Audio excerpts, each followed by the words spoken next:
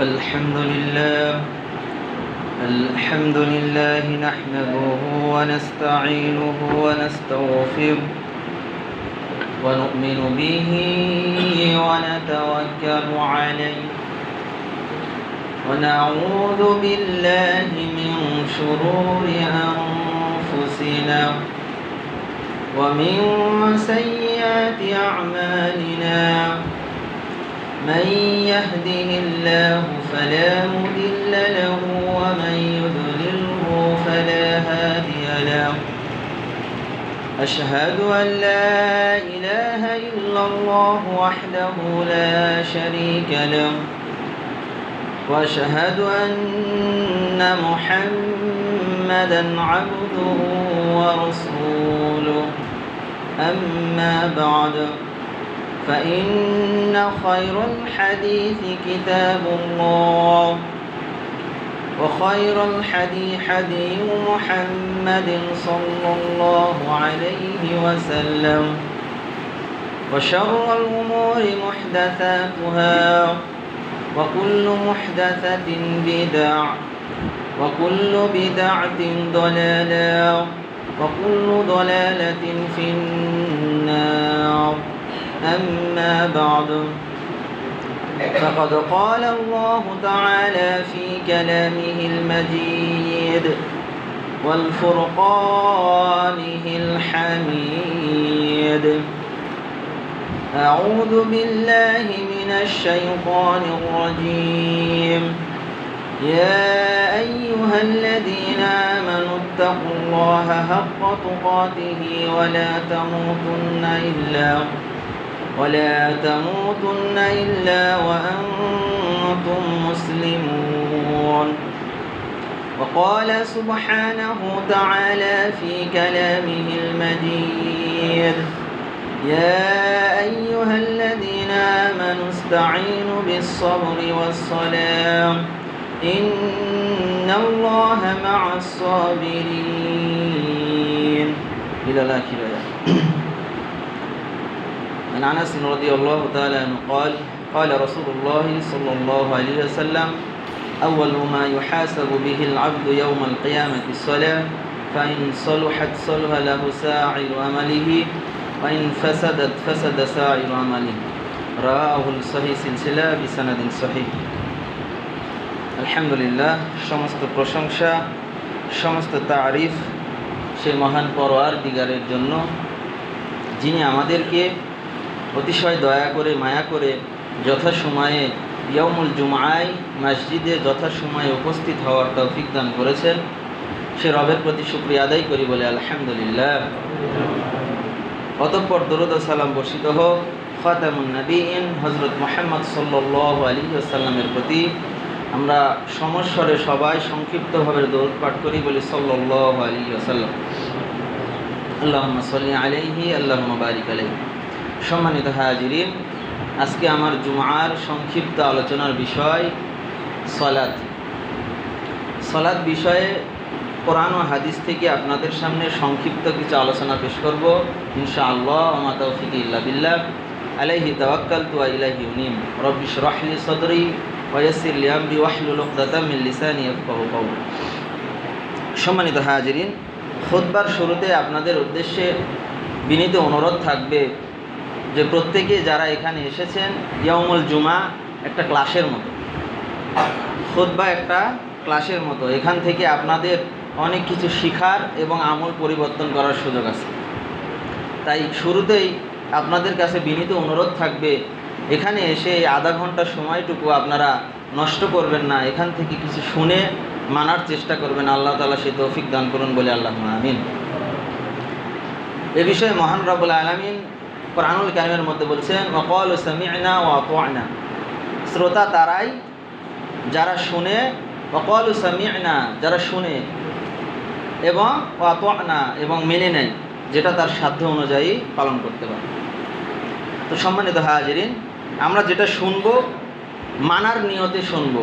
শুধুই যে গতানুগতিক মসজিদে এসে ইয়াউমুল জুমায় বসে থাকবো, খতিব সাহেব কি বললো না বললো শোনার প্রয়োজন নেই, আবার চলে গেলাম, আবার আরেক জুমা আসবে, এইভাবে যদি আপনি আসেন তাহলে অবশ্যই ইয়াউমুল জুমার খুতবার সঙ্গে আপনি মুনাফিকি করবেন। আল্লাহ তাআলা এই বিষয়গুলো থেকে আমাদেরকে দূরে থাকার তৌফিক দান করুন বলে আল্লাহুম্মা আমিন। সম্মানিত হাজিরিন, আরেকটা বিশেষ অনুরোধ, যারা কাতার সামনে ফাঁকা রেখে পেছনে বসেছেন তাদেরকে অনুরোধ করব সামনের জায়গাগুলো একটু পূরণ করেন। পেছনে যে ভাইয়েরা আছেন বিচ্ছিন্নভাবে বসে আছেন, এই বিচ্ছিন্নভাবে বসে থাকা রাসূলুল্লাহ সাল্লাল্লাহু আলাইহি সাল্লাম কখনোই পছন্দ করেন নাই। আমি মসজিদে ঢোকার পরেও অনেক মুসল্লিকে দেখলাম আপনারা যে যার পছন্দ অনুযায়ী যার যার জায়গা বেছে নিয়েছেন, সামনের কাতার ফাঁকা রেখে পেছনের কাতারে বসে গিয়েছেন। সম্মানিত হাজিরিন, রাসূলুল্লাহ সাল্লাল্লাহু আলাইহি সাল্লাম বলছেন, যদি কোনো মানুষ জানতো সামনের কাতারের সালাত আদায় করা এবং আজান দেওয়ার মাঝখানে কি সওয়াব আছে, তাহলে মানুষের মাঝখানে লটারি করা লাগবে। কিন্তু সম্মানিত হাজিরিন, সমাজের আজকে এমন একটা চিত্র, আমাদের মসজিদগুলোর এমন একটা চিত্র যে আমরা সামনের কাতার কতটা ফাঁকা রেখে পিছনের কাতারে বসতে পারি। সম্মানিত হাজিরিন, এই ভুলগুলো থেকে আমরা যেন সামনের দিনে উন্নতি করতে পারি এবং আমাদের জীবনে এই আমলগুলোর ফজিলতগুলো যেন আমরা সঠিকভাবে মূল্যায়ন করতে পারি বলে আল্লাহুম্মা আমিন। সম্মানিত হাজিরিন, আপনাদের সামনে ইরাদা করেছি সলাৎ বিষয়ে কিছু আলোচনা করার কারণে।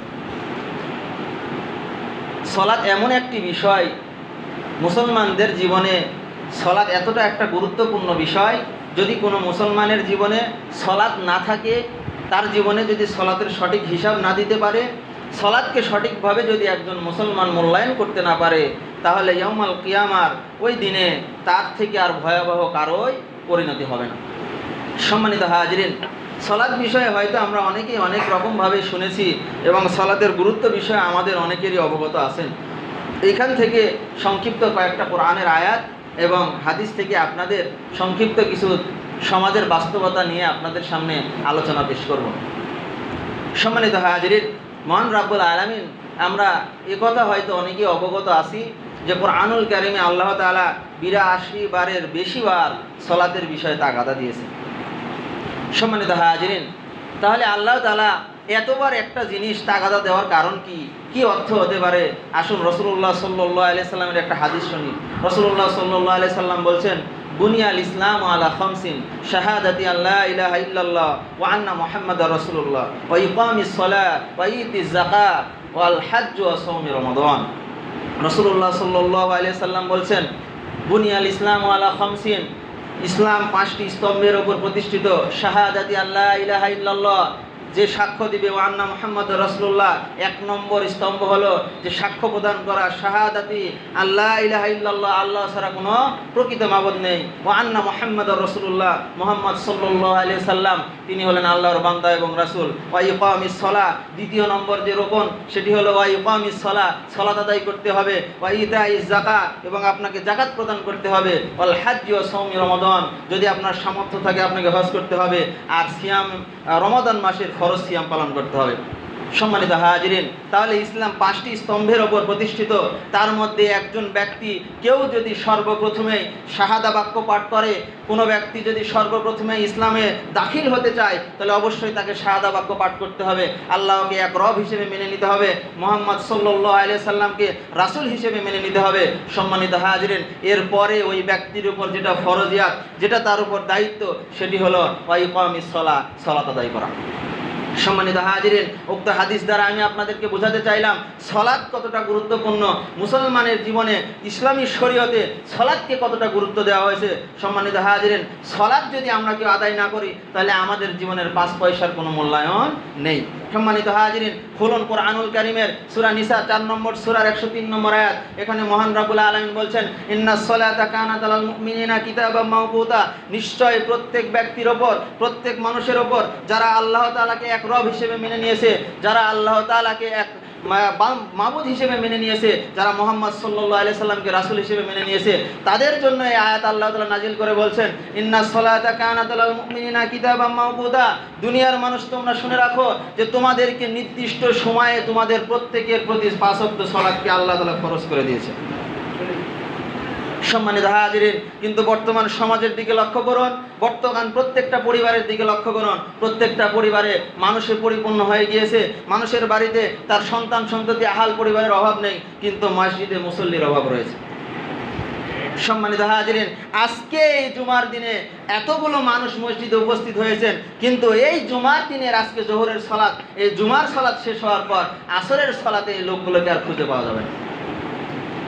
সম্মানিত হাজিরিন, তাহলে আল্লাহ তাআলা রাসূলুল্লাহ সাল্লাল্লাহু আলাইহি সাল্লামের হাদিস দ্বারা সালাতকে আমাদের উপর ফরজ করা হয়েছে।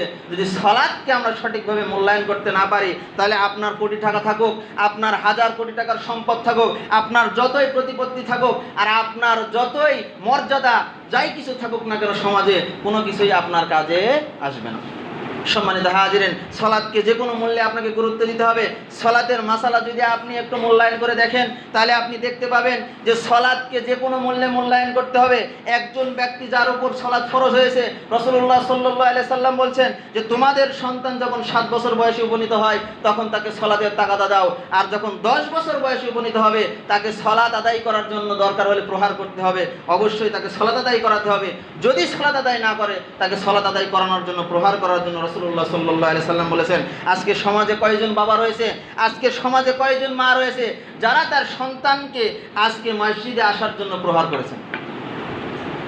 সম্মানিত হাজিরিন, বড় দুঃখের বিষয়, আমি পিতা, আমি নিজেই তো 5 ওয়াক্ত সালাত আদায় করি না, আমি আমার সন্তানকে কিভাবে শাসন করব যে তোমাকে 5 ওয়াক্ত সালাত আদায় করতে হবে?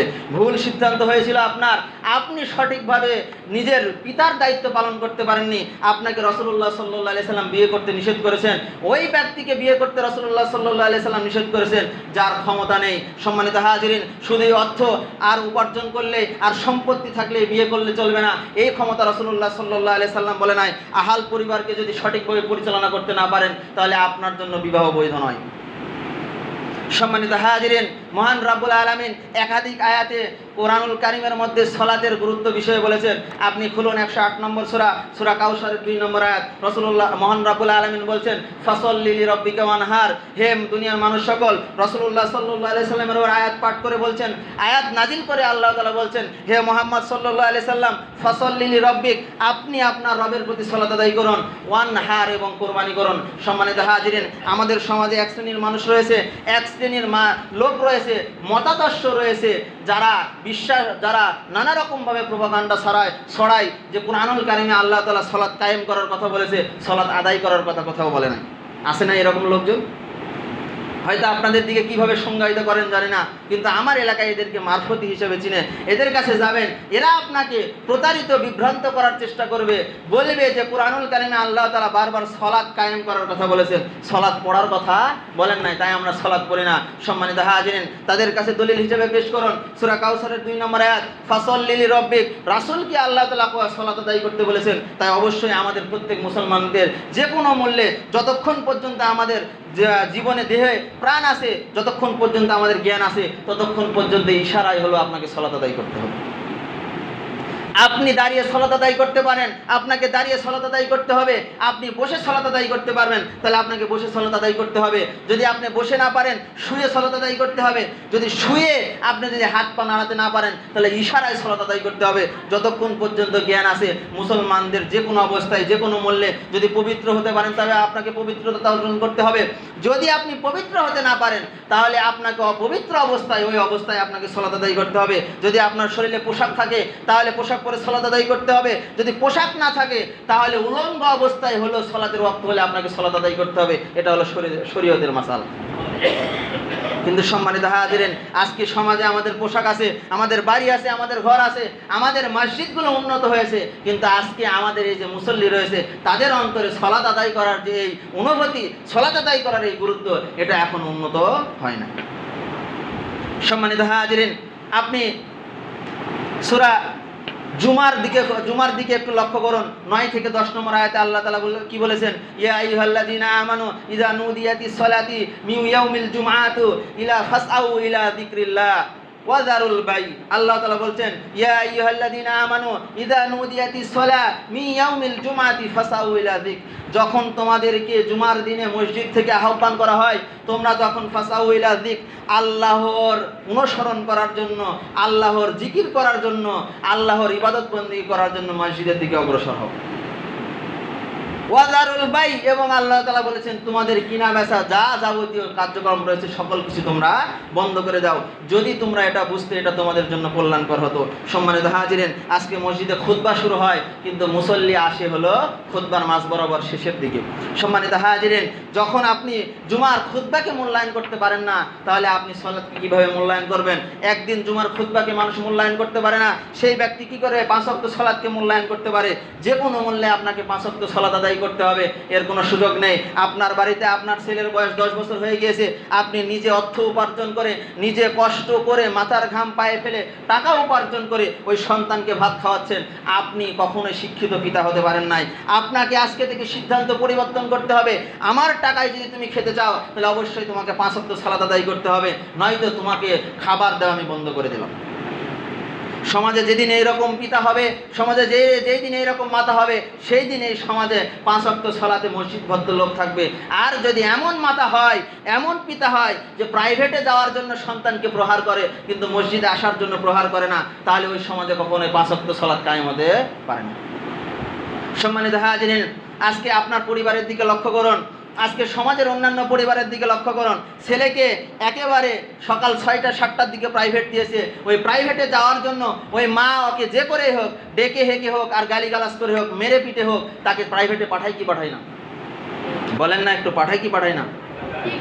কিন্তু আজকে সমাজে ওই তার কিছুক্ষণ আগে আপনার 4:40 50-এর দিকে তার ফজরের সালাত, ফজরের ওয়াক্তে তার সালাত আদায় করা ফরজ ছিল, ওই সময় তার মা তাকে ডেকে দেয় নাই। তাহলে বলতে হবে ওই মাও মূর্খ, ওই পিতাও মূর্খ, আর যে সন্তান রয়েছে তাকেও মূর্খতার দিকে ঠেলে দিচ্ছে, তার জাহান্নামের পথ সগম করতেছে, জান্নাতের দিকে তাকে অগ্রসর করছে না।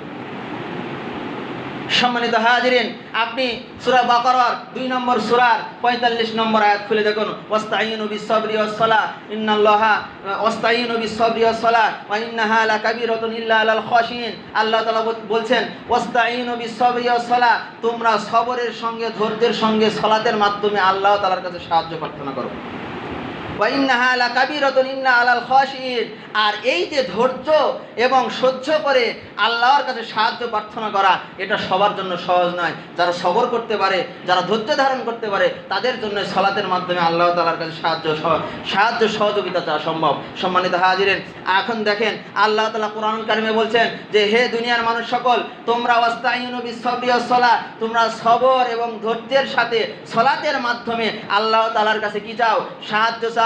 কোনো বিপদে পড়লে আল্লাহ তাআলার কাছে পরিত্রাণ চাও। আর এখন আমাদের সমাজের কি চিত্র জানেন?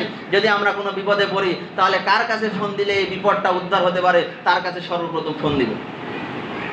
যদি আমি বিপদে পড়ি, আমি এমনভাবে ক্রন্দন শুরু করব, আমার জ্ঞানহীন হয়ে গিয়েছে, আমি কি করব কিছুই বুঝতে পারি না, পাড়া প্রতিবেশীকে ডাকতেছি, অমুককে ডাকতেছি, হ্যান ত্যান আরও কত কিছু, নেতা ফেতা যাকে আছে, যে কোনো বিপদ থেকে রক্ষার জন্য তার কাছে দ্বারস্থ হচ্ছি। কিন্তু সম্মানিত হাজিরিন, এই সমাজের 100 জন মানুষকে যদি আপনি সমীকরণের মধ্যে নিয়ে আসেন, তাহলে 99 জন মানুষই আপনি পাবেন যে তারা বিপদে পড়ে সর্বপ্রথম আল্লাহ তাআলার কাছে কখনোই সাহায্য চায় না। সালাতের মাধ্যমে আল্লাহর কাছে আমরা সাহায্য চাই না, কিন্তু অথচ আল্লাহ তাআলার কাছে সালাত আদায় করার মাধ্যমে, সাহায্য চাওয়ার মাধ্যমে যে কোনো বিপদ থেকে আপনি পরিত্রাণ পেতে পারেন ইনশাআল্লাহ। সম্মানিত হাজিরিন, তাহলে আমাকে আপনাকে অবশ্যই যে কোনো মূল্যে সালাতকে গুরুত্ব দিতে হবে। খুলুন সূরা বাকারার 2 নম্বর সূরার 153 নম্বর আয়াত। উক্ত আয়াতে আল্লাহ তাআলা বলছেন ইয়া আইয়ুহাল্লাযীনা আমানুস্তাঈনু বিস-সাবরি ওয়াস-সালাহ ইন্নাল্লাহা মা'আস-সাবিরিন। আল্লাহ তাআলা বলছেন ইয়া আইয়ুহাল্লাযীনা আমানু, হে ঈমানদারগণ, ওয়াস্তাঈনু বিস-সাবরি ওয়াস-সালাহ, তোমরা ধৈর্য এবং সবরের সাথে সালাতের মাধ্যমে আল্লাহ তাআলার কাছে সাহায্য প্রার্থনা করো। ইন্নাল্লাহা মা'আস-সাবিরিন, আর যে ধৈর্য সহ্য করে, যার সবর রয়েছে, তার সঙ্গে আল্লাহ তাআলা রয়েছেন। সুবহানাল্লাহি বিহামদিহি সুবহানাল্লাহিল আযীম। সম্মানিত হাজিরিন, আপনি একাধিক আয়াত কুরআনুল কারীমে খুঁজে পাবেন যেখানে আল্লাহ তাআলা সালাত কায়েম করার কথা বলেছেন, সালাতের গুরুত্ব বোঝাতে গিয়েছেন। সম্মানিত হাজিরিন, সূরা আনকাবুতের 45 নম্বর আয়াত আল্লাহ তাআলা বলছেন ইন্নাস সালাতা তানহা আনিল ফাহশাই ওয়াল মুনকার, নিশ্চয় সালাত মানুষকে সকল রকম বেহুদা অশ্লীল কাজ থেকে বিরত রাখে। এখন সমাজের যে চিত্র, আপনার পরিবারের যে চিত্র, আপনার সন্তানকে আপনি সৎ সন্তান বানাতে চান। এই মসজিদে যারা অভিভাবক আছেন, আপনারা একটু আমার প্রশ্নের উত্তর দেবেন। বলেন যে আপনার সন্তান এমন কেউ আছেন যে অসৎ বানাতে চান? এখানে যারা আছেন, আশা রাখা যায় প্রত্যেক পিতা মাতাই চায় যে তার সন্তান সৎ হোক, ঠিক কিনা? তাহলে সম্মানিত হাজিরিন, আমার সন্তান কোনো বেহুদা কাজে লিপ্ত না হোক, আমার সন্তান কোনো অশ্লীল কাজে লিপ্ত না হোক, এটা প্রত্যেক পিতামাতাই চাই। আর যদি এটা চেয়ে থাকেন, তাহলে আল্লাহ তাআলা বলছেন ইন্নাস সালাতা তানহা আনিল ফাহশাই ওয়াল মুনকার, যে নিশ্চয় সালাত মানুষকে বেহুদা অশ্লীল কাজ থেকে বিরত থাকে। যদি আপনার সন্তানকে বেহুদা অশ্লীল কাজ থেকে বিরত রাখতে চান, আপনার সন্তানকে একজন সৎ মানুষ হিসেবে গড়ে তুলতে চান, অবশ্যই আপনার সন্তানকে মসজিদে পাঠাতে হবে, 5 ওয়াক্ত সালাত আদায় করার গুরুত্ব বোঝাতে হবে। সম্মানিত হাজিরিন, আজকে জুমার খুতবায় এতগুলো লোক এসেছেন, আপনারা যারাই এসেছেন এই মসজিদে, তারাই আপনাদের ওপর আমার উদাত্ত আহ্বান থাকবে, আজকে এই জুমার সালাত থেকে নিয়ত করেন যে আমি কাল থেকে আর কোনো ওয়াক্ত সালাত ছাড়ব না। সম্মানিত হাজিরিন, কখন আপনার মরণ চলে আসবে, কখন আপনি দুনিয়া থেকে বিদায় নেবেন, আপনি নিজেও জানেন না। আপনার পার্শ্ববর্তী একজন ভাই ছিল, সে আজকে দুনিয়াতে নেই, বিদায় নিয়েছে। আপনার বন্ধু বান্ধব, ভাই, আপনার পিতা মাতা, প্রত্যেকে আপনার চোখের সামনে থেকে বিদায় নিয়েছে। আপনি নিজে তাদের জানাজা করিয়ে আসছেন, তাদের কবর খুঁড়তেছেন, তাদের খাটিয়ে আপনি কবর পর্যন্ত নিয়ে যাচ্ছেন, কিন্তু বাড়িতে আসার পর ওই মানুষ চিন্তা করছে না যে আমার জন্য একদিন কেউ খাটিয়া নিয়ে যাবে, আমার জন্য কেউ একদিন কবর খুঁড়বে, আমার জন্য কেউ একদিন কাফনের কাপড় কিনবে, আমার জন্য আমার গোসল করানোর জন্য কোনো একজন ব্যক্তি সেও নিয়োজিত থাকবে। এই কথা আমরা কেউ চিন্তা করি না। একদিন কোনো মানুষ আমার কবরের উপর মাটি ফেলবে, কিন্তু ওই কবর দিয়ে আসার পর আমরা কেউ চিন্তা করি না যে আমাকে ওই কবরে যেতে হবে। যদি ওই চিন্তাটুকু আমাদের অন্তরে আসতো, তাহলে অবশ্যই আপনাদের এই মসজিদ প্রত্যেক ওয়াক্তে পরিপূর্ণ থাকতো। সম্মানিত হাজিরিন, সালাত কেন আপনাকে আদায় করতে হবে? সময় অতীব অল্প, সালাত আপনাকে কেন আদায় করতে হবে? দেখেন, সালাত কেন আমরা আদায় করব, এর সর্বপ্রথম যেটা বিষয় সেটি হলো যে কিয়ামতের মাঠে প্রথম একটা পয়েন্ট প্রত্যেকের কাছে আমি করজোড়ে অনুরোধ জানাবো, বক্তব্যগুলো একটু সঠিকভাবে শোনার এবং মনোযোগ দিয়ে শোনার একটু চেষ্টা করেন। সালাত আমাদেরকে কেন আদায় করতে হবে? এখন যে হাদিসটুকু বলতেছি, এই হাদিসকে যদি আপনি মূল্যায়ন করতে না পারেন, তাহলে কিয়ামতের আগ পর্যন্ত আপনার অন্তর পরিবর্তন হওয়া সম্ভব নয়। সম্মানিত হাজিরিন, এখন আপনাকে যে হাদিস শোনাতে যাচ্ছি, হাদিসটি পাবেন সহিহ সিলসিলার 598 নম্বর হাদিস। আনাস রাদিয়াল্লাহু তাআলা আনহু থেকে হাদিসটি বর্ণিত হয়েছে। আনাস রাদিয়াল্লাহু তাআলা আনহু قال قال رسول الله صلى الله عليه وسلم أول ما يحاسب به العبد يوم القيامة الصلاة فإن صلحت صلح له سائر عمله وإن فسدت فسد سائر عمله। সম্মানিত হাজিরিন, রাসূলুল্লাহ সাল্লাল্লাহু আলাইহি সাল্লাম বলছেন যে আউয়ালু মা ইউহাসাবু বিহি আবদু ইয়াউমাল কিয়ামাতিস সালাহ, একজন বান্দাকে, একজন দাসকে কিয়ামতের মাঠে সর্বপ্রথম আল্লাহ তাআলা সালাত বিষয়ে জিজ্ঞাসা করবেন। কিয়ামতের মাঠে আমাকে আপনাকে সর্বপ্রথম দুনিয়ার জীবন নিয়ে যেটা জিজ্ঞাসা করা হবে সেটা হলো সালাত বিষয়ে। এরপর রাসূলুল্লাহ সাল্লাল্লাহু আলাইহি সাল্লাম এবারতে হাদিসের মাঝখানে বলছেন ফাইন সলুহাত সলুহা লাহু সাইরু আমালি, যে তার সালাতের সঠিক হিসাব দিতে পারবে তার সকল আমল কবুল করা হবে। সুবহানাল্লাহি ওয়া বিহামদিহি সুবহানাল্লাহিল আযীম। অতঃপর রাসূলুল্লাহ সাল্লাল্লাহু আলাইহি সাল্লাম বলছেন ফাইন ফাসাদাত ফাসাদা সাইরু আমালিহি, আর যে ব্যক্তি সালাতের সঠিক হিসাব দিতে পারবে না তার কোনো আমল গ্রহণ করা হবে না। ইন্নালিল্লাহ। সম্মানিত হাজিরিন, হাদিস হয়তো আমি আপনাকে বোঝাতে পারি নাই, আর একটু লক্ষ্য করার চেষ্টা করেন। রাসূলুল্লাহ সাল্লাল্লাহু আলাইহি সাল্লাম বললেন যে ব্যক্তি কিয়ামতের মাঠে সালাতের সঠিক হিসাব দিতে পারবে তার প্রত্যেক আমল কবুল করা হবে, আর যে ব্যক্তি কিয়ামতের মাঠে সালাতের সঠিক হিসাব দিতে পারবে না তার কোনো আমল কবুল করা হবে না। এখন আপনাকে ব্যাখ্যা হিসাবে আমি বলতে পারি, আপনি অধিক দান করেছেন, কোটি কোটি টাকার সম্পদ দান করে দিয়েছেন, আপনি হজ করেছেন, আপনি যাকাত প্রদান করেছেন, মানুষের কাজে সহযোগিতা করেছেন, মানুষের উপকারে আপনি কাজে লেগেছেন, মানুষের সঙ্গে সালাম দিয়েছেন, আপনি মানুষকে খাওয়িয়েছেন, ইসলামের যত কল্যাণকর কাজ আছে সকল কিছু করেছেন। কিন্তু কিয়ামতের মাঠে যাওয়ার পর আল্লাহ যখন আপনাকে জিজ্ঞাসা করলো যে বান্দা তোমার সবগুলো আমল আমি পরে দেখব, তুমি আগে আমাকে সালাতের হিসাবটুকু দাও, এই অবস্থায় যদি কোনো বান্দা তার সঠিক হিসাব না দিতে পারে, 100 বার যদি হজ করে তার ওই হজ আল্লাহ তাআলা কবুল করবেন না, ধূলিকণার মতো ধূলিসাৎ করে দেবেন। যদি কোনো ব্যক্তি সঠিকভাবে সালাতের হিসাব না দিতে পারে যে বান্দা তোমার উপর 5 ওয়াক্ত সালাত আমি ফরজ করেছিলাম, তুমি ফজরে আসনি, তুমি জোহরে আসনি, তুমি মাগরিবে আসনি, তুমি এশায় আসনি, 5 ওয়াক্ত সালাত চলে যাচ্ছে, দিনের পর দিন তোমার উপর সূর্য উঠতেছে, সূর্য উদিত হচ্ছে, সূর্য অস্ত যাচ্ছে, তোমার বয়স বাড়তেছে, তুমি কৈশোর থেকে শৈশব থেকে একেবারে যুবকে পদার্পণ করেছো, যুবক থেকে তুমি একেবারে দায়িত্বশীল একজন মানুষে পরিণত হয়েছো, তুমি সংসার পরিচালনা করতেছো, এইভাবে দেখতে দেখতে একদিন তুমি বৃদ্ধ হয়ে গিয়েছো, তোমার দাড়ি রেখে গিয়েছে, কিন্তু এখন পর্যন্ত তুমি সালাতকে মূল্যায়ন করতে পারো নাই, তাহলে আপনাকে বুঝতে হবে যে আপনি সিরাতুল মুস্তাকিমের পথে এখনো চলতে পারেননি। সম্মানিত হাজিরিন, আজকের সমাজের যুবকদের অবস্থা আরো অতিশয় ভয়াবহ অবস্থা। তারা সালাতকে মূল্যায়ন করতে চায় না, তারা খেলার মাঠে সময় দিতে চায়, তারা পাবজিতে সময় দিতে চায়, তারা ফ্রি ফায়ারে সময় দিতে চায়, তারা হলিউড বলিউডের যত নায়ক আছে তাদের স্টাইল জীবনযাপন করে তারা জীবন পরিচালনা করতে চায়। তারা কোনো খেলোয়াড়কে লক্ষ্য করে কোথায় মেসি আছে, কোথায় নেইমার আছে, তাদের চুলের হেয়ার কাট কি আছে, তারা কিভাবে জীবনযাপন করে, তারা প্রস্তাব করে পারি নাই না, তাকে মুসলমানের ঘরের সন্তান ফলো করে।